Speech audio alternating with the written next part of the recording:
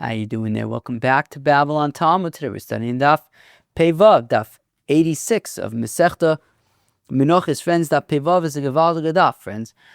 Daf Pevav, we talk about preparing olive oil for use, for service in the holy temple. That could be for service in the menorah. That could be for service in Menachos. So very exciting Daf. I don't know if exciting is the right word. Interesting, I think, is an apt description. So, friends, let us jump into Daf 86 of Masechta Menachos and learn about preparing olive oil for service in the Holy Temple. Friends, we begin at Daf Pei Vav Omid Aleph. Oh, a good 15 or so, 15 plus lines, I'd say. Honestly, it's probably easier to find it by where it is in relation to where the lines get wide, about 5 lines before the lines get wide. Says the Mishnah, Shlosha Zeisim Hein, Uvain Shlosha Shmonim. Be'etzim, there are 9 types of olive oil that you get from an olive tree. An olive tree is going to be harvested in 3 shifts, and each shift has 3 oils that are extracted. So again, Shlosha Zeisim Hein, there are 3 olive harvests. So the tree is harvested in 3 goes. Uvayin shlosha shmanim, and each harvest extracts 3 levels of oil. Hazayis harishon. So the first of the first, megargiroi birosh hazayis. So you select the olives at the top of the olive tree that are ready, because the top of the olive tree is the first section of the olive tree to ripen because it has the most exposure to the sun. So it ripens first. And the harvester will go to the top of the olive tree and select the olives that are ready to be picked. The kotesh, and then those olives will be crushed in a mortar, the mortar and pestle. And after being crushed, vinos in the sochasal, they would be immediately transferred to a basket. Now, a basket, of course, basket is not how do I say this? A basket is almost kind of like a filter of sorts, right? If you take water and pour it in a basket, it'll leak out the bottom. It's leaky. How about that? A basket is leaky. So when you crush the olives and then immediately transfer them to a basket, what will happen is any oils, the very first oils, the oils that are most accessible, that are most willing to just jump right out of the olive, those initial oils that don't need a lot of pressing and are just ready to be released, those oils will leak through the bottom of the basket into a receptacle that is beneath the basket to receive the oozing, leaky oils. These are the first oils. These are the oils that are the best. These are the oils that are just waiting to be extracted. The most accessible oils. So now, again, Megagro Brosh Azai, so you select the first olives from the top of the olive tree, v'kotesh, and you give them a crush, v'nos in the sochasal, and then transfer them into a basket where they will leak out from the bottom, this kind of first layer, this first level of olive oil that is just itching to come out of the olive will leak through the basket, and that is your grade, right? Your olive oil. Reb Yehuda says, Reb Yehuda svivos asal. Reb Yehuda slightly disagrees, and he says what you would do is you'll take the olives and somehow apply them to the walls of the basket, and that way, before leaking through the bottom of the basket, they will have to slide, right? The oil will have to run its way down the sides of the basket, and by doing that, any impurities will kind of stick to the sides of the basket, and you'll mamish just be getting the purest, cleanest oil making its way to the bottom of the basket and leaking through into the receptacle underneath. Zeh Rishon. This is mamish. This is the first oil of the first harvest. Now, after those first oils, the ones that were just itching to make their way out of the olive. Chozer v'toyin bakora. Now he takes the olives and the oil that is still in the olive but can be extracted. The olives are now pressed under a beam. Takes a beam and he exerts a lot of heavy pressure on the olives, and that will be the second extraction of oil from the olives. Rabbi Yehuda Omer ba'avonim. Rabbi Yehuda says, rather than using a beam, which would be too much pressure, according to Rabbi Yehuda, rather he would use a stone, which would be able to extract more oil, right? Meaning initially we just gave it a crush and whatever oozed out. The stone will be able to extract more of the oil, but leave some of the impurities that if you use the excessive pressure of the beam, according to Rabbi Yehuda, you're going to also end up with things in the olive oil that you don't want to be in the olive oil, whereas the stone provides a better balance of extracting the oils that you want while also leaving behind the any impurities that you're going to want to keep out of the oil. Zesheni, and this is the second extraction of the first harvest. Chazer v'tachan, and then what you do is the final extraction is that you'll take whatever is left post press and put them in a grinder, or you're going to grind them in a mill, and that is the final real pulverization of these olives, and then do a final press with the olive press, and then whatever oils are released is the final extraction of the oil from the olives. So there was a 3-step extraction process of the first harvest. Now these 3 steps are essentially going to be the same for all 3 harvests, with slight differences in the last harvest. So that's the third extraction. Now, of these 3 extractions, the product of the first extraction, the oil that was just itching to jump out of the olive and that oozed through the basket into the vessel beneath, that is what's called shemen zayis zoch, pure olive oil, and that was what was used for the menorah. That was that was the highest level of purity of the 3 extractions, and that was reserved for the menorah. The menorah needs shemen zayis zoch. Ve'ashar lemenachos. Now the other 2 extractions 2 and 3, are completely acceptable, totally kosher for menachos. Now hasheni, when it comes to the second harvest, megarga brosh agog. Apparently their olive trees would be in proximity of their homes, of their roofs. So basically, we had already talked about how the olives at the top of the tree would be harvested. Now, all of the olives on the tree that are above the height of the roof, all of the olives on the tree that are on branches that are above the height of the roof of the house, they would be harvested in the next harvest. I guess it would probably wait a little bit longer. They would now be ready. You would harvest them, when they're ripe, you would harvest those olives. V'kotesh, and again, you would crush the olives with the mortar and pestle, vinos in the sochasal, put them in the basket for the oils, for the first extraction, for the first oils to ooze through the basket into a vessel below. Rabbi Yehuda Omer svivos hasal, Rabbi Yehuda said that they would be put around the walls of the basket so that any impurities would stick to the wall, and you would have a purer olive oil.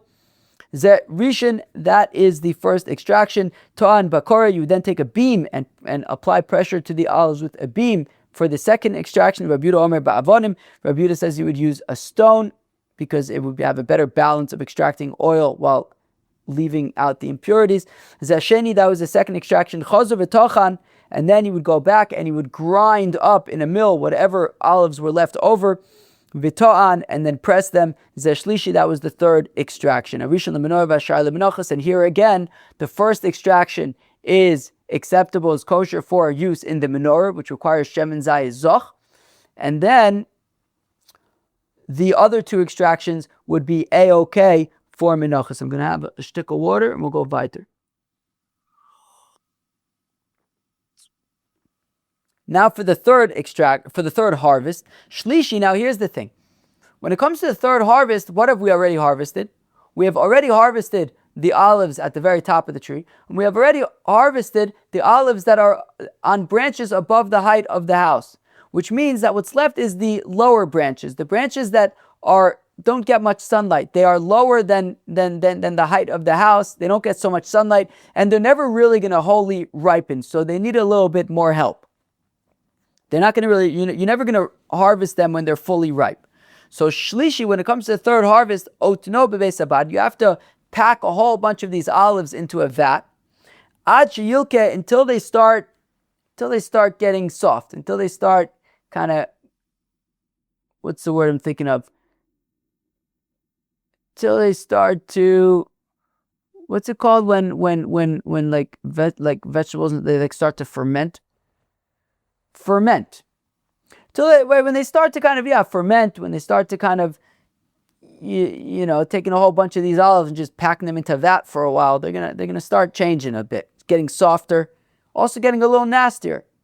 So maleu, when that happens, so you maleu uminagva broshagag, you take it up to the roof and you dry off. Meaning at this point we're ready to work with them, right? Initially they weren't fully ripe yet, so you have to take them and pack them into this vat for a bit. And what happens is they start to kind of ferment a bit, get softer, release some kind of liquids, not the oils that we want, but something's starting to happen there. When that happens, take them up to the roof, clean them up, dry them off, and now we are ready to extract oil from them.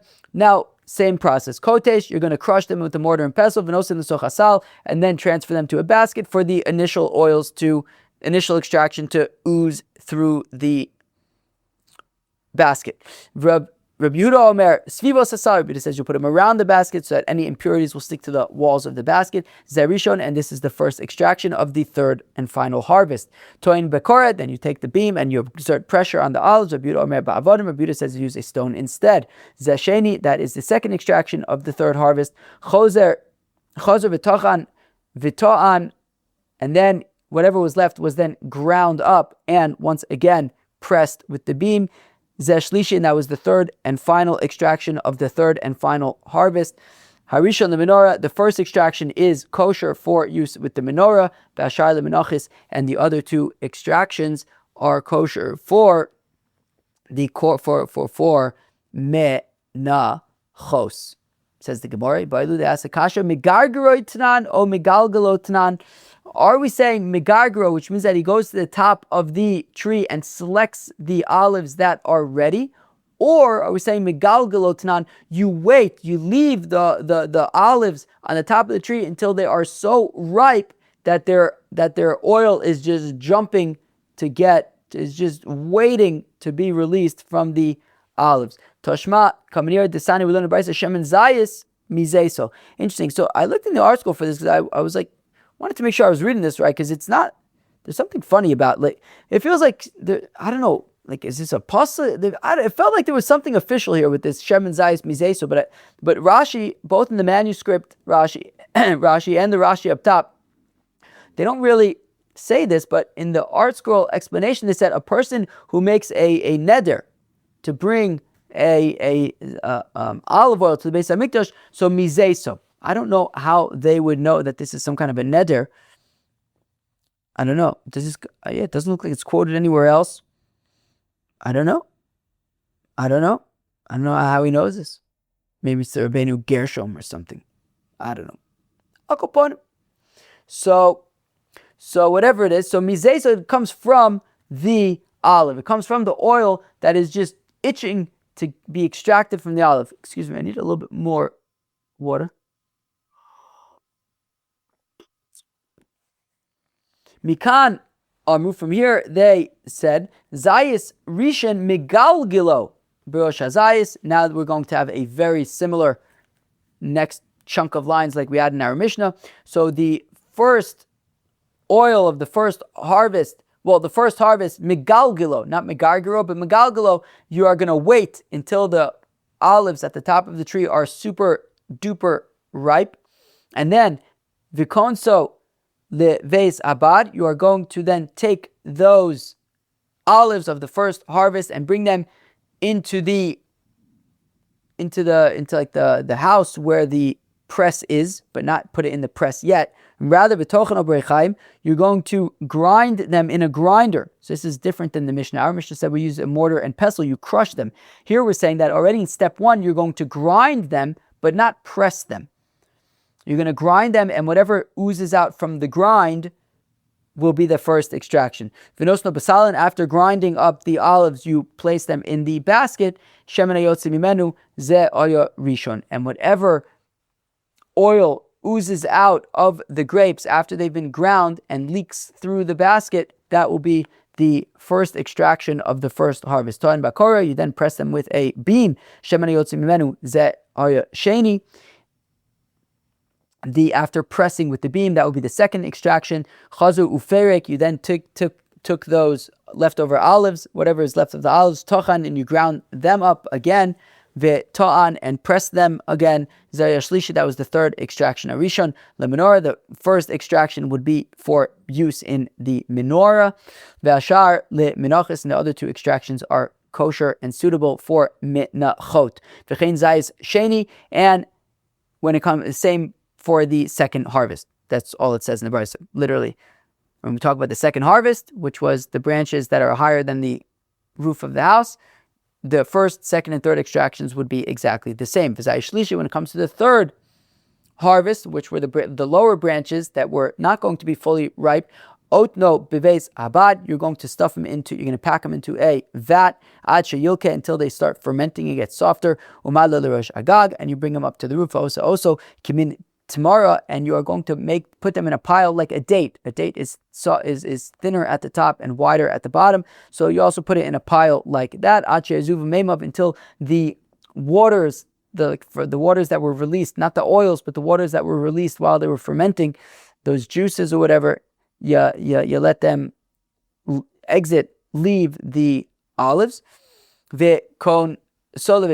at that point you bring it into where the press was, v'tochano, and you don't press it yet, but you grind it, barichaim, in the mill, v'noso l'bsalin, v'shemen yosef menu ze oyirishon, and then you, after grinding, you transfer them to the basket. Whatever oil oozes out, that's the first extraction. To'an bakora, you then press it with the beam. Shemen yosef menu ze hoya sheni, the oils that are extracted, that is the second extraction from the pressing. Perek chazav v'tochan, he then took the olives and ground them again, v'to'an, and pressed them again, zeh shlishi, that was the third and final extraction of the third and final harvest. Harishon lemenorah b'asharet lemenachos, the first extraction of the third harvest was kosher for the menorah, and the other two extractions were kosher for menachot. Rabbi Yehuda Omer says, Rabbi Yehuda lo aya tochen b'reichaim. So Rabbi Yehuda disagrees. So you see, in our Mishnah, we had said that when it comes to the first extraction, the olives were crushed in a mortar and pestle. In the Brisa, we said that they were ground with a mill. They were ground first. So Rabbi Yehuda is commenting on the Brisa and saying, no, they weren't ground and then whatever oil oozed out. No, they were crushed with a mortar and pestle, and then whatever oil oozed out was the first extraction. Which essentially means that our Mishnah, which says that using a mortar and pestle is the opinion of Rabbi Yehuda. We will get there in a minute. Rather you pound it with a mortar rather than grind it in a mill for the first extraction. And as we saw earlier, Rabbi Yehuda's opinion was that the second extraction was not with a beam, but rather with a stone. Although it could be that Rabbi Yehuda will actually say that he doesn't use the beam at all, not for the second extraction or for the third. I mean, he comments specifically on the second extraction, but it would make sense, I think, to say that if you're not going to use the beam because it's too much pressure for the second extraction, and it's gonna get too much of the stuff we don't want in the oil, I'd imagine you would say the same thing for the third extraction as well.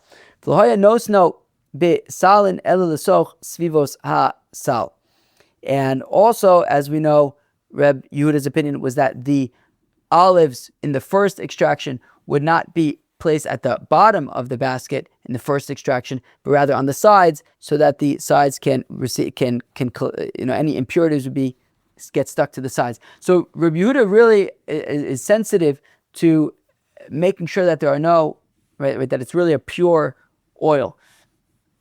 Right, he wants to have the pounding rather than the grinding initially. he wants to use the stone instead of the beam. He wants to pack the olives on the side of the basket to collect any impurities there. So he's really being quite sensitive with the purity of the olive oil. Hagufa Kasha, the Gemara asked, 1 second, the Mishnah is contradictory, because on the one hand it says kotesh, money or beauty. On the one hand, our Mishnah said that for the first extraction you're going to crush it with a mortar, which, as we saw in the Brisa, was the opinion of Rabbi Yehuda. Toch asal, asan l'Rabbanan. But when it says that in the first extraction, the olives, after being crushed, and the Mishnah says they're crushed with a mortar and pestle, and then they are placed at the bottom of the basket. That's like the Rabbanan. Rabbi Yehuda says they're packed on the side of the basket. So the Tana of our Mishnah holds, the Tana of our Mishnah agrees with Rabbi Yehuda when it comes to the fact that the Tana of our Mishnah agrees with Rabbi Yehuda that you use a mortar and pestle for the first extraction. He disagrees with Rabbi Yehuda, however, in that Rabbi Yehuda says that when transferring the olives to the basket to ooze out, the Tanakama says that they can go at the bottom of the basket, whereas Rabbi Yehuda is more stringent and says they'd have to go on the sides. So the Tana of our Mishnah agrees with Rabbi Yehuda that a mortar and pestle is in order. However, he disagrees with Rabbi Yehuda because he says that the olives can be left to ooze at the bottom of the basket. They don't need to be on the side of the basket. Says the next Mishnah, the second Mishnah of today's daf. Let me actually chop a stick of water and we'll go weiter. Says the Mishnah, Harishin Shebarishin Ein Lamale Menu. Now, this Mishnah is going to go through the 9 oils that have been extracted and level them. What's the quality? What's the level of quality of each extraction? Harishin Shebarishin, the first extraction of the first harvest, Ma Mishikaval. Ein Lamale Menu, there is no better olive oil, there's no purer olive oil than the first extraction of the first harvest. Hasheni Shebarishin, the second extraction of the first harvest, is equal to the first extraction of the second harvest. The Arishin Shebasheni and the first of the second Shavim, they are equal in terms of quality. Hashlishi Shebarishin, now the third extraction of the first harvest, the second extraction of the second harvest, and the first extraction of the third harvest, they are all equal. Okay, so Ashlishi Shebarishin, Vasheni Shebasheni, Varishin Shebashlishi Shavin, they are all equal. Hashlishi Shebasheni, so now that we've ranked all of the first harvest ones, now we are up to the third of the second harvest and the second of the third harvest, Vasheni Shebashlishi Shavin, they are equal quality. And what is the most inferior quality? Ashlishi Shebashlishi, the third extraction of the third harvest, Ein Lamate Menu, there is no lower quality olive oil. So we just ranked all of the 9 extracted oils, how they rank up among the other oils.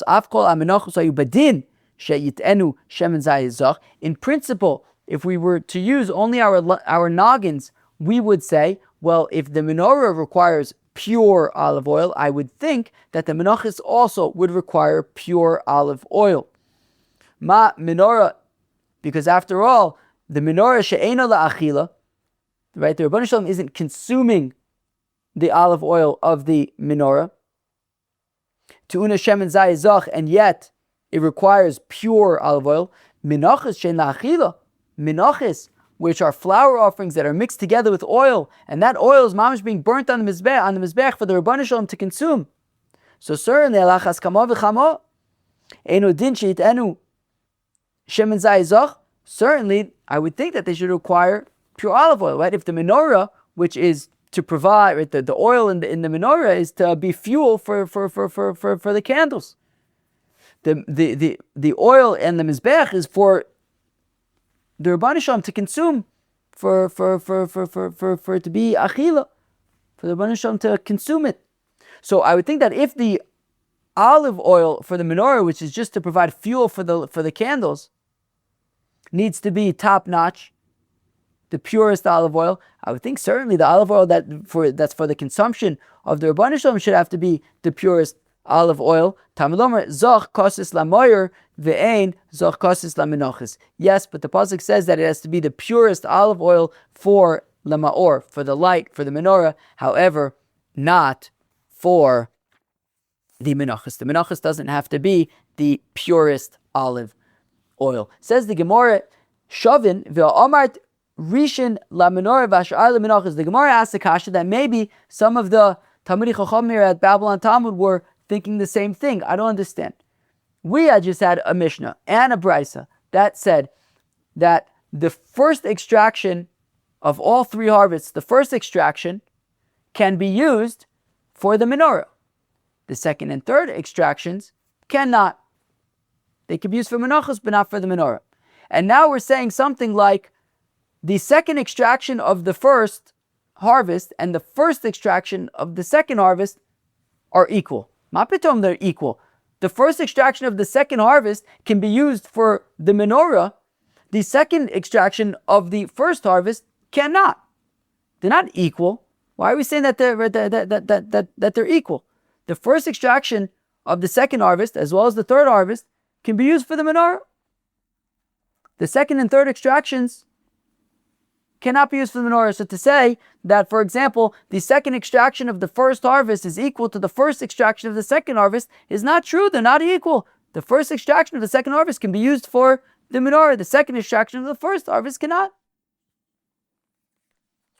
So says the Gemara, Shavin, what do you mean that they're equal? V'amart rishin the menorah, the first extraction, even if it's of the second harvest, can be used for the menorah. V'ashar, but the others, even if they're from the first harvest, no, the menachos, they're used for menachos, not for the menorah. Rav Nachman bar Yitzchak, my shavin the menachos. Rav Nachman bar Yitzchak says, what do you mean that it is that they are equal? It means that they're equal when it comes to the menachos. Yeah, in terms of menorah versus mincha, yeah, they're not the same. You're right. The first extraction is usable for the menorah. The others are usable for the menachos. But we're talking about in terms of menachos, it makes no difference if you're going to use the first extraction from the second harvest or the second extraction from the first harvest. It makes no difference. All 9 levels, well, not levels, but all 9 types of oils are equally kosher when it comes to menachos. So. No, that's not what I'm...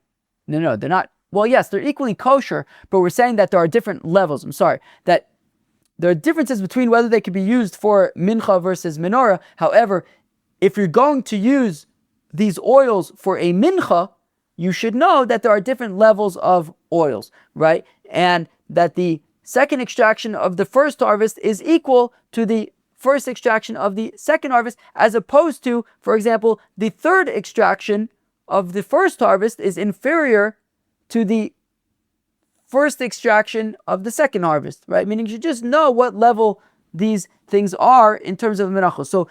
So even though the first extraction of the second harvest can be used for a mincha, can be used for the menorah, even though the second extraction of the first harvest cannot. But if you're going to bring a mincha, they're equal. Sheesh, I hope that makes sense. Now, friends, I want to read to you the Rambam. If it's okay, I want to read to you the Rambam.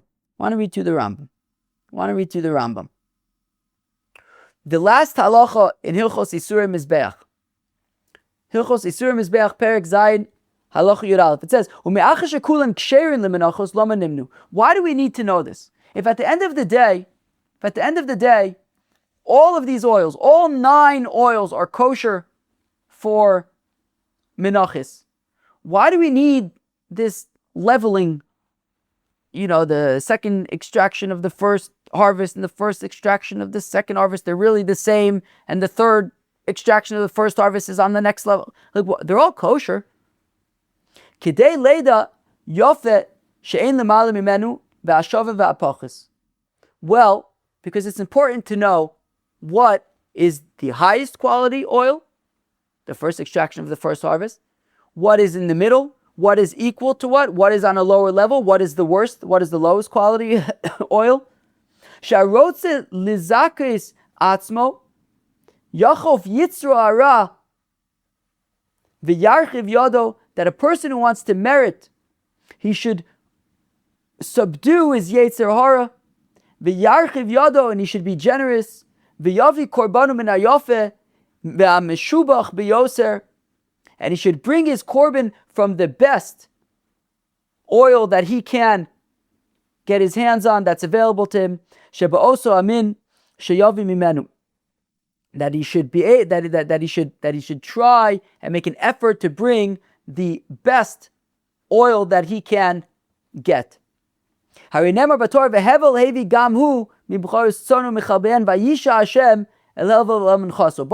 Hevel, they both brought korbanos, to offerings to the Rebbeinu Shalom, but the Rebbeinu Shalom accepted and had more favor towards Hevel's because he brought from his best stuff. Right, brought from Bechoros Tzono, the firstborn of the sheep, and from their fats, and that was a higher quality. That was a better offering. V'adin l'chol davar shu l'shem akel atov, and that is the same thing for everything, for all the ways that we serve the Rebbeinu Shalom. Sheyiyeh min hanoeh ve'atov, we should always make an effort to serve the Rebbeinu Shalom with the best. In Bana Beis Tefillah, if a person is building a place to pray, it should be better than, I assume that means Beis Shivaso, from the place where he lives, right? That if he's building a place to serve the Rebbeinu Shalom, that should be the best place he can make. If he's feeding somebody who's hungry, he should feed him from the best and the sweetest that his table has to offer. Kisa arum, if he's clothing somebody who needs clothing, he should give clothing from the best clothing that he could provide. If he's being makdish something, that it should be holy, that it should be for the Beis Hamikdash, maybe even he wants to donate something to a holy cause, it should be from the best that he can, that he can afford, that he can provide. All the choicest things, all fats are for the Rebbeinu Shalom. They should always serve with the best stuff. So therefore, going back to our Gemara, we had this whole ranking system, which is very technical about what's equal to what and what. Why do we need it? It's all of the oils are kosher. So says the Rambam there at the end of Hilchos Yisurim Mizbeach that there's a deeper reason for this. That the reason is because it's important to know which is the best and the second best, so that you can bring from the best that you can afford, that you can get your hands on, because it's always important to be able to serve the Rebbeinu Shalom with the best that you can possibly do, and it's always going to be preferable to bring from the first extraction of the first harvest, even though you could be Yotze with the last extraction of the last harvest, but we should always make an effort to be able to serve the Rebbeinu Shalom with the best that we can do. The Mishnah had continued and said, Avkola menachos hayu badin v'chulei, that the argument could have been argued and made that all menachos should also require the shemen zayzach, mamish, the first extractions. Tanu Rabbanan, the rabbi said, Zoch ein zoch elanoki. Zoch means pure, clean. Rabbi Yehuda Omer kosis. Rabbi Yehuda means crushed rather than ground. Meaning, according to the Tanakama, as we had seen earlier, you could grind the olives, and then whatever oil oozes out would be considered the first extraction. Reb Yehuda felt that grinding would be a bit too aggressive.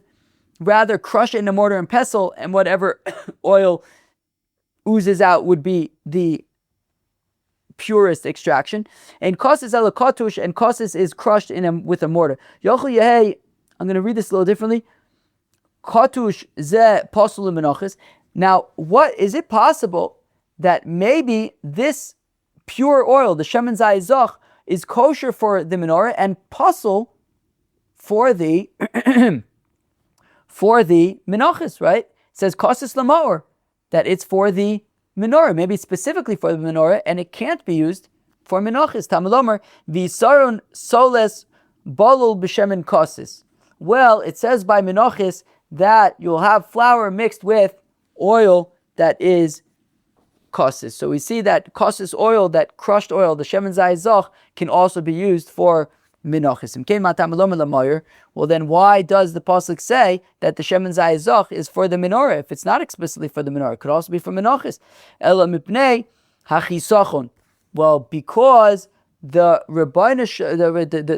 Torah wanted to. The Torah was also considering the economic impact of these requirements. Why do we care about the economic impact of these requirements? Rabbi Elazar says, because the Torah considers and is sensitive to the expenses of the. And what does that mean? It means that, well, look, we're saying that Shemen Zayis Zoch is necessary for the menorah. Now, the menorah Sachakol is a fixed amount of oil, 3.5 logs per day. We're going to learn about probably in the next week or two that it's 1/2 of a log, right? There were 7, as we know already from earlier Daf Chavtes or something, and earlier Masechta Menachos about, that we learned that the menorah, and as we know, of course, already from Pashas Truman, that the menorah has 7 candles, the 7 cups really that are filled with oil. Each cup has 1/2 a log of oil, which is enough to burn through the whole night, even in the long nights of the winter. Sachakol, it's 3.5 logs of oil every day. For that, we can say, okay, that needs to be top-notch, the first extraction, Shemen Zayis Zoch. In terms of Menachos, however, there are plenty of Menachos being offered in the Beis Hamikdash every single day. You have the Talmud Shel Shachar, Talmud Shel Ben Arbayim, which are going to have a log of oil with them, right, offered with them, and then simply any mincha. Anybody brings a shlamim, anybody brings a toda, anybody brings an ola.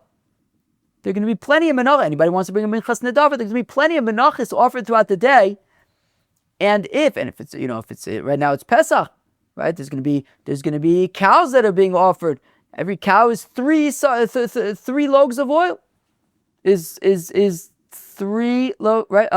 logs of oil. Every cow is 6 logs of oil. So when it comes to menachos, there's a lot more oil. And the thing is, if every single mincha needed to have Shemen Zayis Zoch, the first extraction is going to become very expensive. And therefore, the Torah didn't want that bringing a korban mincha, that the expense of the oil should be through the roof. So therefore the Torah says, look, when it comes to menachos, you don't need Shemen Zayis Zoch. Even the second and third extractions are acceptable. However, says the Torah, when it comes to the menorah, which is a fixed amount, 3.5 logs per day, no more, no less, we can reserve the purest oil for that. Tzaves b'nei Yisrael v'yikchu eilecho Shemen Zayis Zoch. The Torah says, command the Bnei Yisrael and bring for you this pure olive oil. Amrib Shmuel bar Nachmani, says Shmuel bar Nachmani, eilecho, you bring it for yourselves. V'lo li, not for me. Lo la'or ani tzarech, I don't need the light. I don't need the light. This purest oil is not for me, it's for you. We'll see a little bit later what exactly it means it's for you. Shulchan matzav menor badorim. Now, in the heichel, the shulchan, the table with the showbreads, was in the north of the heichel, and the menorah was in the south of the heichel. They were not next to each other. Now, normally, a person has a kitchen table. He's going to want to have the light near the table so that he could see what he's eating. He could see whoever he's talking to, or where if he's learning or whatever it is. He's going to want to be able to have light next to the table. But the Rabbeinu Shalom, the menorah is in the south, the tables in the north. They're not next to each other. Clearly, the heichel is not designed to maximize for the Rabbeinu Shalom being able to see while he's eating. That's not the point. Clearly, the table and the candelabra, the point is not that the Rabbeinu Shalom needs to be able to see while he's eating. If that was the case, they would be together, but they're not together. That isn't the point of that either. Vayas lebayis chaloine shkufim atumim tana shkufim mi bifnim vatum mi bachutz. So interestingly, the Rashi manuscript, which is what I learned, has this the opposite. The Rashi up top has it the same way, but they both essentially arrive at the same conclusion. I'll read it like the manuscript reads it, just because that's how I learned it. But again, they both have the same conclusion, which is Tanashkufin mibachutz, that they were thinner. No, that they were wider outside, batum mibifnim, and thinner inside. Lo laora anitzarich, which demonstrates that I don't need the light. What does that mean? So I have a slide over here. A slide that shows a stone window. If you look at this stone window, now the heichel was made of, I believe it is talking about the heichel. Yeah, I think so. What is heichel. So the heichel it was made of stone, which means it was very thick walls. Now, if you see, for example, in this image over here on this slide, when you have a thick stone wall, what you're going to want to do is to maximize. If you just have a straight window that has the same width on the outside of the wall and the inside of the wall, it's not maximizing for light. You want to maximize for light. And if it's the same thickness, the same width throughout this thick wall, you're not going to have so much light coming in. So what you do is, as you see in this photo, where the white arrow is pointing, that is where the opening is to the outside. Where the blue arrow is pointing is where it opens up inside the building. Now, where it opens up inside the building is wider than the opening at the outside of the building. How come? Because you want the light to come in from a thinner opening, but be able to spread out. I feel like there's a word for that. To be able to spread out wider inside to maximize for light. Interestingly, in the heichel, it was fakert. It was the opposite. It was thinner on the inside and opened up wider to the outside. Why? Isn't the outside already light? Maybe for that kind of light, but the point is that the Rabban Shalom doesn't need light in the heichel. He doesn't need the light. It's rather there was light in the heichel that we wanted to project to the rest of the world. And that is why the windows were the opposite. They were thinner inside and wider outside, so that the light of the Rabban Shalom can be projected outwards. So it's not that the Rabban Shalom needs the light, rather it's that the light should be projected outward. As Rashi says, so that the light should be able to emanate from, to leave from the Eichel and light up the world. Now, back to that concept of, by the menorah, it says, V'ikchu eilecha shemen zayizach, that you need the light, I don't need the light. So says the Gemara, that the pasuk says, where's this pasuk? This pasuk is in Vayikra. Okay, so it's at the end, right? Okay, fine. So it's at the end of Parshas Emor. Michutz the paroches ha'edus, outside of the paroches that separates the kodesh and the kodashim, but oil moyed in the heichal, or the oil moyed in the mishkan. Edus hu l'chol b'ay olam, it is testimony for all of the people of the world. Shashchina shore ba'am Yisrael. That the divine presence dwells, right? It dwells among, has settled among, sure, I don't know, resides among Am Yisrael. Okay, so the menorah was testimony to all the people of the world that the Shechina was Shora b'Yisrael. And if you're going to say that I, Hashem, need the light, we're going to look at Tosfos in a second. But if the Rabban, because this is a tricky. I think maybe I'm going to read till the end over here, and then we're going to explain all sorts of things. But there's a few tricky things over here. So in Tomar, just technical tricky things. If you can say that I, seemingly Hashem, need the light, all the 40 years that the Yidden were in the wilderness, they only walked to its light. What's its light? My light? Its light? I would expect it would say my light. Okay. Rather, what is it? Rather, it's testimony for all of the people of the world, that the divine presence is dwelling among the Yidden. My edusa, what is the testimony? Amaravis, says Rava, Zener Maravi. The testimony is from the western candle. Shenosnin ba shemen kineged chavosel, that it receives just as much oil as every other candle. Umimeno oya madlik uvaya mesayim, and he would light from it and also conclude with it. There's a lot of stuff there that needs explaining. A lot of very interesting stuff. A lot needs explaining.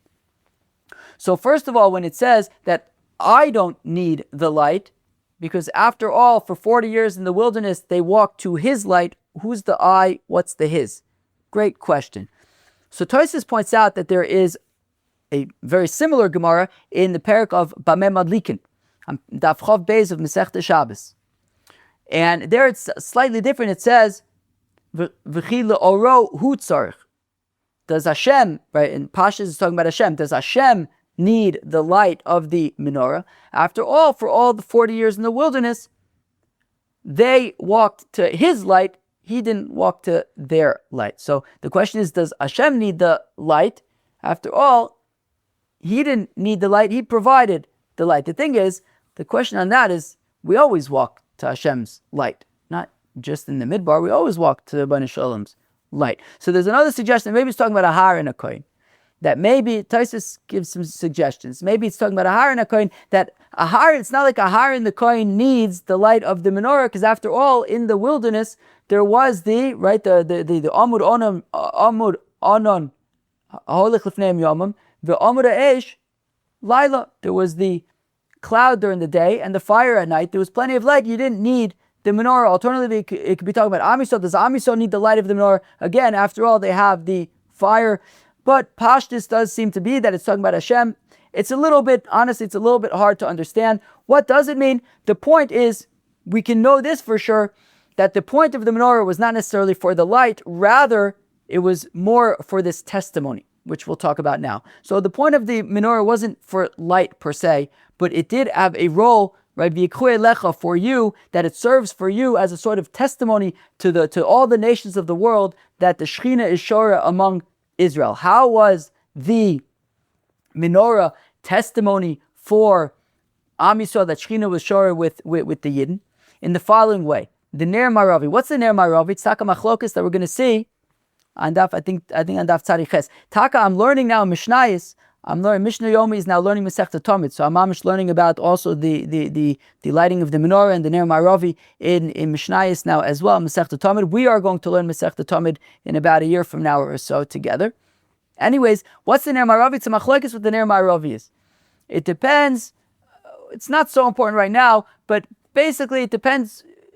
Either the menorah was in the Heichal east-west, in which case it was the second candle from the east, right? So it wasn't the one all the way to the west, it was the second one from the east. Alternatively, if the menorah was north-south, it was the middle candle. Anyways, without getting into that right now, but we're talking about the Ner Ma'aravi, whichever position, and we're going to talk about that more in maybe a week or so, 2 weeks, whatever it is. We'll have diagrams, I'm sure, and we'll be able to understand that better then.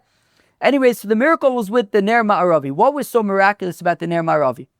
So the Gemara in Masechta Yoma says that Shimon HaTzadik was the Kohen Gadol, until Shimon HaTzadik, I believe he was the Kohen Gadol, and until Shimon HaTzadik died, so there was a miracle, and that miracle was that the Ner Ma'aravi was lit all day long.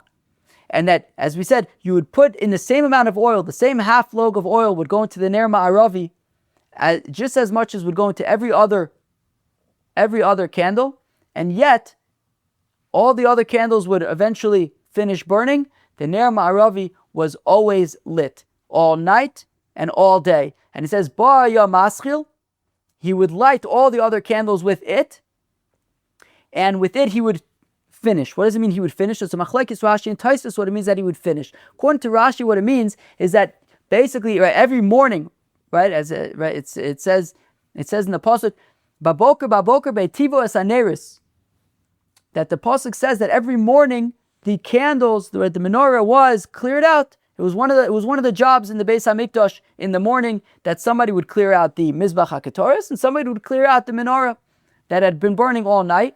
There were ashes and there was oil, whatever had to be cleaned out. It was a job of one of the Kohanim to clean out the menorah every morning. However, the the miracle was that the Ner HaMa'aravi would still be lit. It would be lit all day, which means that when it came to the afternoon and it was time to now light the menorah, said it would be lit all night, the Ner HaMa'aravi was still lit. So according to Rashi, what would he do? He would take the wick out of the Ner HaMa'aravi and either hold it or put it into some other vessel so that he can now clean up the Ner HaMa'aravi, because that was the only one that hadn't yet been cleaned. After he cleaned it up, he would put in oil, put in a new wick, and he would now use the initial fire from the Ner HaMa'aravi to now light the new Ner HaMa'aravi that had now just been put in with a new wick, and then from that, he will light all of the other candles. So basically, it was the first to be lit, and then from it, all the others would be lit, and yet, it was the last to be cleaned out, because while all the other ones were able to be cleaned out, since they already extinguished, it would be lit all day and can only be cleaned out all the way at the end. So it basically was the first to be lit, and yet the last to be able to be cleaned out because it was lit the whole day. Tosfos disagrees with that a little bit. It's based on the Gemara there, Masechta Shabbos, which we're not going to go into, but essentially he doesn't like this concept of taking the old one that's still lit and then lighting with the new one, whatever. Rather, he says what it means is that in the afternoon, you would come to light the candles, but again, the Ner HaMa'aravi would still be lit. So what do? What you would do is, all the other candles were already prepared. All the other candles were already prepared, right? It would clean them out and prepare them. And you would then, the Ner HaMa'aravi was still lit, so then you would light all the other candles using the Ner HaMa'aravi, at which point the Ner HaMa'aravi would be extinguished, cleaned out, a new wick would be put in, and it was the last one to then be lit. Right, so it was basically, it would light all day and be lit all day, and then it would light all the other candles, and also would be the last one to be lit itself, because it was just lit for the longest and can only be lit at the end. So chevre, that is the miracle of the Ner HaMa'aravi. Essentially, the miracle being that there was this one candle that consistently, even though it received just as much oil as all the other candles would extinguish in the morning, the Ner HaMa'aravi would be lit 24 hours a day, at least until Shimon HaTzadik died. After that, sometimes it would stay lit, sometimes it wouldn't. It was not consistent at that point. Friends, that was the Pei Vav of Masechta Menachos. On Daf Vav, we learned about the preparation of the oil for service in the Beis Hamikdash, for the menorah, for the menachos. We talked about the different harvests of the olive tree and the different extractions of the oils. The first extraction was kosher for the menorah as well as for menachos, whereas the second and third extractions were possible for the menorah but could be used for menachos. We talked about the different levels of the extractions, that the second extraction from the first harvest is equal to the first extraction of the second harvest. How come we need to know this? So first of all, to point out, they're not exactly equal, because actually the first extraction of the second harvest could be used for the menorah, whereas the second harvest of the first extraction can't, but they are equal in terms of menachos.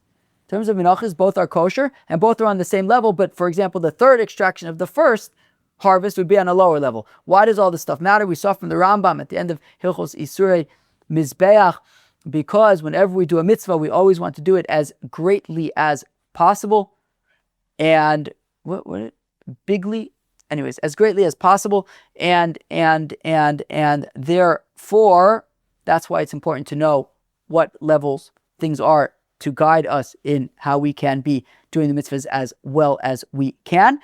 We then talked about these different things that the Rabbeinu Shalom doesn't need, but that they are done for us. For example, the menorah in the Heichal, we talked about how nobody needs it for light. That's not the point. The point of the menorah is not for light. The point is to be edus l'choboy olam shashchina shore b'Yisrael. Friends, God willing, we should be zoche to be able to light the menorah in the Beis Hamikdash.